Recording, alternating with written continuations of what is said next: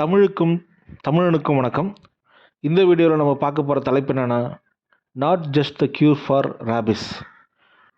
அதாவது இது ரேபிஸ் நோய்க்கான மருந்து மட்டும் இல்லை அப்படின்றது தான் இந்த வீடியோவோட தலைப்பு.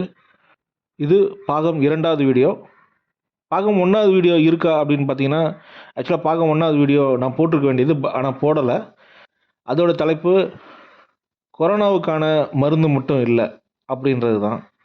அது வீடியோவை நான் உருவாக்கலை, ஆனால் அது ஒரு டாக்குமெண்ட்டாக ரெடி பண்ணி, ஒரு பிடிஎஃப் டாக்குமெண்ட், ஒரு 7 பக்க டாக்குமெண்ட் மட்டும் ரெடி பண்ணி, ஒரு தியரியாக ஐசிஎம்ஆருக்கு மெயில் அனுப்புனேன்.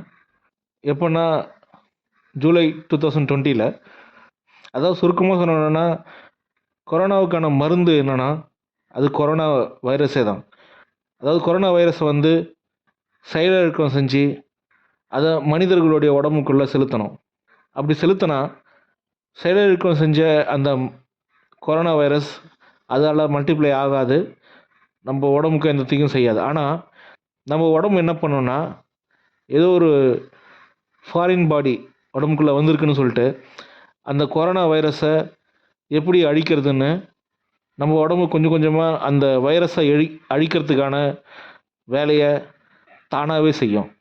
இந்த தியரியில் வெளிவந்த கோவிட்ஷீல்டு, கோவேக்சின் மருந்து தான் நம்ம தடுப்பு மருந்தாக பயன்படுத்திக்கிட்டு இருந்தோம். இந்த ஆய்வு கரெக்டான டைரெக்ஷனில் போகுதுன்னு நினச்சி நான் அடுத்த ஸ்டெப்பு எடுத்து வைக்கலான்னு சொல்லிட்டு இந்த வீடியோவை தொடங்கியிருக்கிறேன். இப்போ இந்த வீடியோ தலைப்புக்கான ரேபிஸோடைய கியூரை பற்றி விளக்க போகிற இந்த 2வது பகுதிக்கு வருவோம். லிசா வைரஸ் அப்படின்ற ஒரு வைரஸ் தான் இந்த ரேபிஸ்ன்ற நோய் வர்றதுக்கான காரணமாக இருக்குது. இந்த வைரஸோட ஆரிஜினை பார்க்கணும் அப்படின்னா, ஆப்பிரிக்காவில் கிட்டத்தட்ட 4000 வருஷத்துலேருந்து 168,000 வருஷம் முன்னாடி வரைக்கும் இந்த வைரஸ் இருந்திருக்கலாம் அப்படின்னு சொல்லிட்டு ஒரு வைரஸை கண்டுபிடிச்சிருக்காங்க, ஒரு புதை படிவத்தில். அதாவது இந்த வைரஸு பல 1000 வருஷமாக மனிதர்களுடைய, இன்னும் குறிப்பாக சொல்லணும்னா மேமல்ஸோடு வாழ்ந்துட்டுருக்குன்னு தான் சொல்லணும். ஏன்னா இந்த வைரஸ் அதிகமாக தாக்குறது மேமல்ஸ் இனத்தை தான். அது எந்த மேமல்ஸாக இருந்தாலும் இந்த லிசா வைரஸு அதை தாக்கும். மேமல்ஸ்னால் தமிழில் பாலூட்டின்னு சொல்லலாம். மனிதனும் ஒரு பாலூட்டி இனத்தை சேர்ந்தவன் தான். அதிகமாக எந்தெந்த விலங்குகிட்டலாம் இந்த லிசா வைரஸு தாக்கும் அப்படின்னு ஒரு லிஸ்ட்டு பார்த்தோம்னா, வைல்டு அனிமல்ஸில் bats, beavers, coyotes, foxes, monkeys, raccoon, skunk, woodchuck, இது மாதிரி எல்லா வைல்டு அனிமல்ஸும், முக்கியமாக பாலூட்டியாக இருக்கிற வைல்டு அனிமல்ஸுக்கெல்லாம் இந்த லிசா வைரஸு தாக்கும். அதே மாதிரி பெட் அண்ட் ஃபார்ம் அனிமல்ஸ்னு பார்த்தோம்னா, கேட்டு, கவ்வு, ஃபெரட்ஸு, கோட்ஸு, ஹார்சஸ்ஸு, இந்த மாதிரி பெட் அண்ட் ஃபார்ம் அனிமல்ஸுக்கெல்லாம் இந்த வைரஸ் தாக்கும். முக்கியமாக நாய்களுக்கு. இந்தியாவில் அதிகமாக நாய்கள் வழியாக தான் மனிதர்களுக்கு இந்த ரேபிஸ் வைரஸ் பரவுது. ஏன் மனிதர்கள்கிட்ட இருந்தும் மனிதர்களுக்கு பரவும், ஆனால் இதோடைய கவுண்ட்டு பார்த்திங்கன்னா ரொம்ப கம்மியாக தான் இருக்கும். மாடுகள்லேருந்தும் ரேபிஸ் வருமா அப்படின்னா கண்டிப்பாக வரும். ஒருவேளை ரேபிஸ் இருக்கிற நாய் ஒரு மாட்டை கடிச்சிதுன்னா அந்த மாட்டுக்கும் ரேபிஸ் வரும். அந்த மாடுலேருந்து கறந்த பாலை மனுஷங்க குடித்தா அந்த மனுஷங்களுக்கும் ரேபிஸ் வரும். ரேபிஸ்ன்ற வார்த்தையும் சரி, லிசான்ற வார்த்தையும் சரி, இது ஒரு க்ரீக் வார்த்தை தான். இதுக்கு என்ன அர்த்தம்னா வெறின்னு அர்த்தம். ரேஜ், ஃபியூரி அப்படின்னு சொல்லலாம். அதாவது இந்த வைரஸ் தாக்கினவங்க ரொம்ப கோவப்படுவாங்க, அவங்க தன்னிலையை மறப்பாங்க, கடைசியில் இறந்தும் போயிடுவாங்க. இந்த வைரஸு ஒரு மனிதனை தாக்கிறத ஒரு 5 ஸ்டேஜஸில் சொல்லலாம். முதல் ஸ்டேஜ் இன்குபேஷன் பீரியட்னு சொல்லுவாங்க. இது ஆவரேஜாக ஒரு மனுஷனை கடித்து ஃபஸ்ட்டு 3 வீக்ஸு அப்படின்னு சொல்லலாம். மினிமம் ஒரு மனுஷனை கடித்து 5 டேஸ் கூட இன்குபேஷன் பீரியட் இருந்திருக்கு. ஏன் சில பேருக்கு 12 வருஷம் கூட இன்குபேஷன் பீரியட் இருந்திருக்கு. ஸோ இந்த டைமில் என்ன நடக்கும் அப்படின்னு பார்த்தீங்கன்னா, அதாவது ஒரு நாய் கடிச்சிட்டு அந்த கடிப்பட்ட இடத்துல அந்த லிசா வைரஸு மனிதனோட உடம்புக்குள்ளே போகும். உடம்புக்குள்ளே போன வைரஸு பொறுமையாக ஒரு முட்டைக்குள்ளே அடக்காக்கிற மாதிரி அமைதியாக அங்கே மல்டிப்ளை ஆகிட்டுருக்கோம். இந்த டைமில் மனுஷனுக்கு பெருசாக எந்த சிம்டம்ஸும் தெரியாது. ஆனால் இந்த இன்குபேஷன் பீரியட் தான் அந்த கடிப்பட்ட மனுஷனுக்கு உயிர் தப்பிக்கிற டைம்னு சொல்லலாம். சப்போஸ் அவன் இந்த இன்குபேஷன் பீரியட், அதாவது ஃபஸ்ட்டு ஒரு 3 வீக்ஸில் இல்லைனா 5 டேஸ்க்குள்ளே அவன் ரேபிஸ்க்கான தடுப்பு மருந்து எடுத்துக்கலன்னா, அதை தவற விட்டான்னா அவனுக்கு கிட்டத்தட்ட 100% டெத்து கன்ஃபார்ம் ஆகிடும். ஸோ இந்த இன்குபேஷன் பீரியடில் அந்த வைரஸ் என்ன பண்ணுன்னா, பொறுமையாக அவனுடைய ஸ்பைனல் கார்டுக்கு கொஞ்சம் கொஞ்சமாக மூவ் ஆகிட்டுருக்கோம். அதாவது அந்த வைரஸு போகணும்னு நினைக்கிற ஒரே இடம் என்னென்னா அது மனிதனோட பிரெயின் தான். பொதுவாக ஒரு ரேபிஸ் இருக்க நாய் ஒருத்தரை கடிச்சதுன்னா உடனே ஒரு 15 மினிட்ஸு அந்த கடித்த இடத்துல நல்லா சோப்பு போட்டு தேய்க்கணும். அதுவும் சோப்பு போட்டு தேய்க்கும்போது மற்றவங்க ஹெல்ப் பண்ணாத மாதிரி பார்த்துக்கணும். இவங்களே வந்து இவங்களே வந்து கையை நல்லா சோப்பு போட்டு தேய்க்கலாம். வேறு யாராவது ஒருத்தவங்க தேய்ச்சாங்கன்னா அவங்க கையில் ஏதாவது ஒரு சின்ன அடிபட்டுச்சுன்னா அவங்களுக்கும் அந்த அவங்களுக்கும் அந்த லிசா வைரஸ் அவங்களுக்கும் உடம்புக்குள்ளே போகிறதுக்கு வாய்ப்பு இருக்குது, அவங்களுடைய கையில் அடிபட்ட அந்த வெட்டு வழியாக. அதனால் இவங்களே வந்து அந்த கை நல்லா வாஷ் பண்ணிக்கலாம். அப்புறம் உடனே தாமதிக்காமல் அவங்க ஒரு அரசு மருத்துவமனைக்கோ இல்லை ஒரு ப்ரைவேட் ஹாஸ்பிட்டலோ போயிட்டு ரேபிஸ்க்கான க்யூர் இருக்கிற அந்த இன்ஜெக்ஷனை போட்டுக்கலாம். கவர்மெண்ட் ஹாஸ்பிட்டலில் அந்த மருந்து ஃப்ரீயாகவே கிடைக்கும். ப்ரைவேட் ஹாஸ்பிட்டலில் 2000லேருந்து 2500 வரைக்கும் அந்த மருந்து கிடைக்கும். அதாவது நாய் கடித்த ஹாஃப் டேக்குள்ளேயே அந்த ஃபஸ்ட்டு டோஸ் மருந்து அவங்க போட்டுக்கணும். 2வது டோஸை 3வது நாளில் போட்டுக்கலாம்.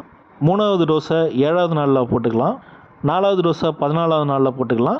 கடைசி 5வது டோஸை 28வது நாளில் போட்டுக்கலாம். இது மாதிரி 5 வாட்டி 5 டோஸை வந்து நாய் கடித்தவங்க போட்டுக்கணும். இந்த மாதிரி 5 வாட்டி ஊசி போட்டுக்கிட்டால் அவங்களுக்கு கன்ஃபார்மாக ரேபிஸ் நோயிலேருந்து காப்பாற்றிடலாம். சப்போஸ் அவங்க இந்த 5 டோஸும் அவங்க போடாமல் மிஸ் பண்ணிட்டாங்க, இல்லை ஏதோ ஒரு நாளை வந்து சரியாக போடலை அப்படின்னா இந்த லிசா வைரஸு 2வது ஸ்டேஜுக்கு மூவ் ஆகிடும். அந்த 2வது ஸ்டேஜுக்கு மூவ் ஆனதுக்கப்புறமா அவங்கள காப்பாற்றுறது கிட்டத்தட்ட முடியாமல் போகலாம். 2வது ஸ்டேஜில் என்ன நடக்கும் அப்படின்னா இந்த வைரஸ் அவங்க முதுகுத்தண்டை வந்து சேர்ந்ததுக்கப்புறமா கொஞ்சம் கொஞ்சமாக உடம்புல எல்லா சிம்டம்ஸும் காமிக்க ஆரம்பிக்கும். என்ன மாதிரி சிம்டம்ஸ்னால் வாந்தி பேதி வர்றது, தலை சுற்றுறது, ஃபீவர் வர்றது, கடிப்பட்ட இடத்துல அரிப்பு ஏற்படுறது, இந்த மாதிரி சிம்டம்ஸ்லாம் கொஞ்சம் கொஞ்சமாக தெரிய ஆரம்பிக்கும். அதாவது இந்த ஃபீவரு, இந்த வாந்தி மயக்கம், காய்ச்சல், கோபம் வர்றது, படப்படப்பாக வர்றது, இந்த மாதிரி விஷயம்லாம் வந்து இந்த செகண்ட் ஸ்டேஜில் நடக்கும். 3வது ஸ்டேஜ் பார்த்திங்கன்னா அந்த வைரஸு அந்த மனிதனோட மூளைக்கே போய் சேர்ந்ததுக்கப்புறமா அது வேகமாக வந்து மல்டிப்ளை ஆக ஆரம்பிக்கும். இந்த 3வது ஸ்டேஜ் அந்த மனுஷன் அடையும் போது அந்த மனிதன்கிட்ட மனுஷன்னு சொல்கிற மாதிரி இருக்கிற எல்லா பிஹேவியர்ஸும் கொஞ்சம் கொஞ்சமாக மறைய ஆரம்பிக்கும். இந்த நாய் மாதிரி கத்துறது, பூனை மாதிரி கத்துறது, அப்புறம் நாக்கை வெளியே காட்டுறது, அப்புறம் வாயிலிருந்து நுரையாக தள்ளுறது. முக்கியமாக அவங்களுக்கு ஹைட்ரோஃபோபியா வர ஆரம்பிக்கும்.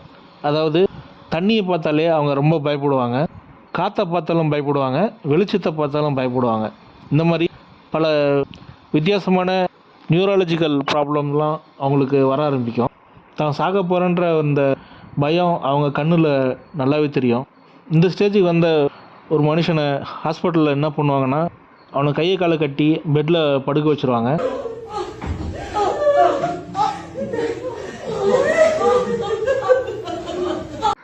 அடுத்து 4வது ஸ்டேஜில் பார்த்தீங்கன்னா அவன் கோமாவுக்கு போயிடுவான். கடைசியாக 5வது ஸ்டேஜில் மரணம். அதனால தான் இந்த இன்குபேஷன் பீரியட், அதாவது இந்த ஃபஸ்ட்டு ஸ்டேஜ் தான் ரொம்ப ரொம்ப முக்கியமான ஸ்டேஜ். இதுக்குள்ளே அவனுக்கு நல்ல மருந்தெல்லாம் போட்டுட்டு அந்த எதிர்ப்பு சக்தியெல்லாம் அவனுக்கு கொடுத்துட்டு அந்த லிசா வைரஸை அழிக்கிறதுக்கான வேலையெல்லாம் பண்ணிட்டோன்னா அவனை அந்த ரேபிஸ் நோயிலேருந்து அவனை காப்பாற்றிடலாம். சிம்பிளாக சொல்லணுன்னா ரேபிஸ் எதிர்ப்பு மருந்தை போட்டுக்கிட்டோன்னா அந்த இன்குபேஷன் பீரியடில் அவன் 100% காப்பாற்றிடலாம். சப்போஸ் அவனுக்கு சிம்டம்ஸ் தெரிய ஆரம்பிச்சதுன்னா அவனை 100% காப்பாற்ற முடியாது.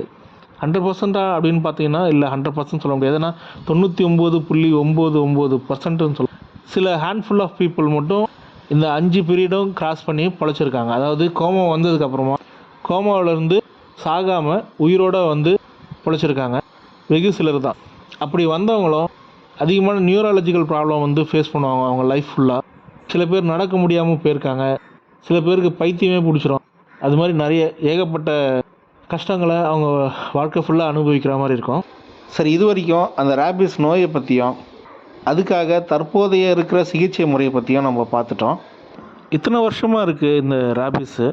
அப்போ இந்த அளவுக்கு இருக்கிற ஒரு பெரிய கொடிய நோய்க்கு யார் மருந்து கண்டுபிடிச்சாங்க அப்படின்னு பார்த்தீங்கன்னா லூயிஸ் பாஸ்டர்ன்றவர் 1885 இதுக்கு முதல் ரேபிஸ் க்யூர் கண்டுபிடிச்சி ஃபஸ்ட்டு ஒரு சின்ன பையனை வந்து காப்பாற்றிருக்காரு.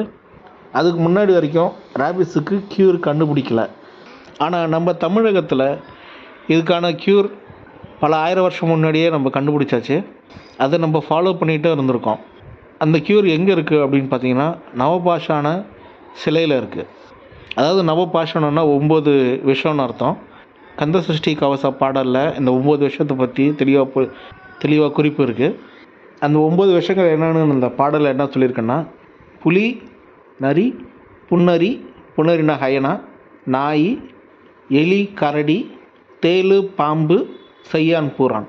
இந்த மாதிரி 9 விஷயத்துக்கான மருந்தாக தான் அந்த நவபாஷான சிலையை நம்ம பார்க்குற மாதிரி இருக்குது. அதாவது அந்த 9 விஷயத்தையும் வீரியத்தை குறைச்சி ஒரு சிலையாக பண்ணி அந்த சிலையிலேருந்து அபிஷேகம் பண்ண பஞ்சாமிர்தத்தையோ இல்லை பாலையோ இல்லை தண்ணீரையோ குடிக்கிறது மூலமாக அந்த எஃபெக்டிவ் குறைஞ்ச விஷம் மனிதனோட உடம்புக்குள்ளேயும் போய் மனிதனோட உடம்புல கொஞ்சம் கொஞ்சமாக அதுக்கான ஆன்டிபாடிஸ் க்ரியேட் ஆகும். எதுக்கான அந்த 9 விஷத்துக்கான ஆன்டிபாடிஸ் க்ரியேட் ஆகும். அப்படி க்ரியேட் ஆனதுக்கப்புறமா உண்மையிலேயே ஒரு எலி வந்து கடித்தாலோ இல்லை நாய் வந்து கடித்தாலோ இல்லை தேள் வந்து கடித்தாலோ இல்லை பாம்பு வந்து கடித்தாலோ இல்லை பூரான் வந்து கடித்தாலோ இல்லை இந்த மாதிரி இந்த 9 விஷயங்களில் எது கடித்தாலோ அவனுக்கு உடம்புல அந்த ஆன்டிபாடிஸ் இருக்கிறதுனால அவனுக்கு அந்த விஷம் அவன் தலையில் ஏறாது. அந்த கந்தசஷ்டி கவச பாடலில் இன்னொரு முக்கியமான ஒரு குறிப்பு இருந்திருக்கு. அதை நான் ஃபஸ்ட்டு பாகத்தில், அதாவது இந்த கொரோனா வைரஸ்க்கான அந்த டாக்குமெண்ட்டு க்ரியேட் பண்ணும்போது அந்த குறிப்பை நான் மென்ஷன் பண்ண மறந்துட்டேன். அதாவது இந்த வைரஸை வந்து வயசானவங்களுக்கு தரது ரொம்ப ரொம்ப ஆபத்து. பிறந்த குழந்தைக்கு ஏகப்பட்ட தடுப்பூசி போடுவோம் இல்லைங்களா, அதே மாதிரி ஒரு தடுப்பூசி மாதிரி தான் இந்த 9 விஷத்துக்கான இந்த நவபாஷத்துலேருந்து வந்த அந்த நீரை குடிக்கணும். அப்போ தான் அந்த குழந்தையிலேருந்தே அவங்களுக்கு வந்து அந்த விஷத்துக்கான முறிவு உண்டாகும் உடம்புல. இதே நேராக அந்த வயசானவங்களுக்கு அந்த மருந்து கொடுத்தோன்னா என்ன ஆகும்னா, அது அவங்க உடம்பு ஏற்றுக்காமல் மரண நிகழத்துக்கு கூட வாய்ப்பு இருக்குது. இல்லை உடம்புல பல பிரச்சனையை உருவாகிறதுக்கும் வாய்ப்பு இருக்குது. அதனால் முறையாக இந்த நவபாஷணத்துலேருந்து வர அந்த மருந்து எடுத்துக்கிறவங்க குழந்தையிலேருந்து எடுத்துக்கிறது பெட்டரு. சரி, நவபாஷணத்துலேருந்து வந்த அந்த மருந்து சாப்பிட்டா அந்த 9 வருஷத்துக்கான முறிவு நம்ம உடம்புல ஏற்படும் அப்படின்னு சொல்கிறேன். இப்போ அந்த நவபாஷண சிலை எங்கே இருக்குது? அதுவும் அந்த பாடல்லையே இருக்குது. கந்தசஷ்டி கவச பாடலில் வந்து 1850 வருஷம் கிட்டத்தட்ட அந்த டைமில் எழுதின அந்த பாடல் தான் அது. அந்த பாட்டில் ஒரு 7 இடங்கள் சொல்லப்பட்டிருக்கு. அந்த 7 இடத்துல அந்த டைமில் நவபாஷண சிலை இருந்திருக்கு. 1வது ஊர் தணிகாசலம். தணிகாசலம்னா திருத்தணின்னு அர்த்தம், என்னோடய சொந்த ஊர். 2வது ஊர் கதிர்காமத்துறை. கதிர்காமத்துறை இலங்கையில் இருக்குது. 3வது ஊர் பழனி. நவபாஷண சிலை இருக்குது அப்படின்னு எல்லாருக்குமே தெரியும். ஆனால் இப்போ அந்த சிலை இருக்கான்றது ஒரு பெரிய கேள்விக்குறி தான். 4வது ஆவினன்குடி. 5வது செந்தில் மாமலை. 6வது சமராபுரி. 7வது காரார்குழல்ன்ற ஊர் கேரளாவில் இருக்குது. இது மாதிரி மொத்தம் 7 ஊர்கள் வந்து இந்த பாடலில் சொல்லப்பட்டிருக்கு. இது 1850 வருஷம் கிட்டத்தட்ட அந்த டைமில் வந்து இந்த 7 ஊரில் வந்து நவபாஷண சிலை இருக்குதுன்னு சொல்லப்பட்டிருக்கு. ஆனால் இப்போ இந்த டைமில் இந்த 7 ஊரில் ஒரு ஊர் கூட இருக்கிறதுக்கு ரொம்ப கம்மி தான் வாய்ப்புகள் இந்த நவபாஷண சிலை. இதுக்கான காரணம் நிறையா இருக்கலாம். முக்கியமான காரணம் வந்து பார்த்திங்கன்னா, வெளிநாட்டிலேருந்து படையெடுத்து வந்து அதோடைய அருமை தெரியாமல் இங்கேருந்து தூக்கிட்டு போயிட்டு அவங்க ஊரில் குடோனில் வச்சுக்கிட்டு ஒன்றும் பண்ணாமல் சும்மா வச்சுருக்கிறதுக்கு அப்படி ஒன்று இருக்கலாம். இல்லை நம்ம ஊருக்காரங்களே அதோடைய அருமை தெரியாமல் அந்த மாதிரி கோயில்கள்லாம் வந்து கைவிட்டுட்டு போகிறது கூட ஒரு காரணங்களாக இருக்கலாம். எப்படி பார்த்தாலும் இந்த தியரி படி ஒரு 200 வருஷம் முன்னாடி இந்த இடம்லாம் வந்து பெரிய காடாக இருந்துச்சு. அந்த டைமில் ஏகப்பட்ட மிருகங்கள் இருந்துச்சு, விசஜந்துகள் இருந்துச்சு. ஆனால் இப்போ எந்த மிருகத்தால் இல்லைனா எந்த விஷத்தால் அதிகமாக மக்கள் சாகிறாங்களோ அந்த 9 நஞ்சையோ இல்லை 9 கிருமிகளையோ எடுத்து அதை இன்ஆக்டிவேட் பண்ணி ஒரு புது சிலை மாதிரி ஒரு புது சிலை ஒன்று ரெடி பண்ணி அதை மக்களுக்கு கொடுத்தோன்னா அதுதான் கரெக்டாக இருக்கும். இப்போ உதாரணத்துக்கு புலி, கரடி, ஹைனா, நரி இந்த மாதிரி 4 மிருகங்கள் வந்து இப்போ நம்ம கரண்ட் லைஃப்பில் அதிகமாக பார்க்குறதில்ல. அதனால் இறக்குற மக்களும் கம்மி தான்.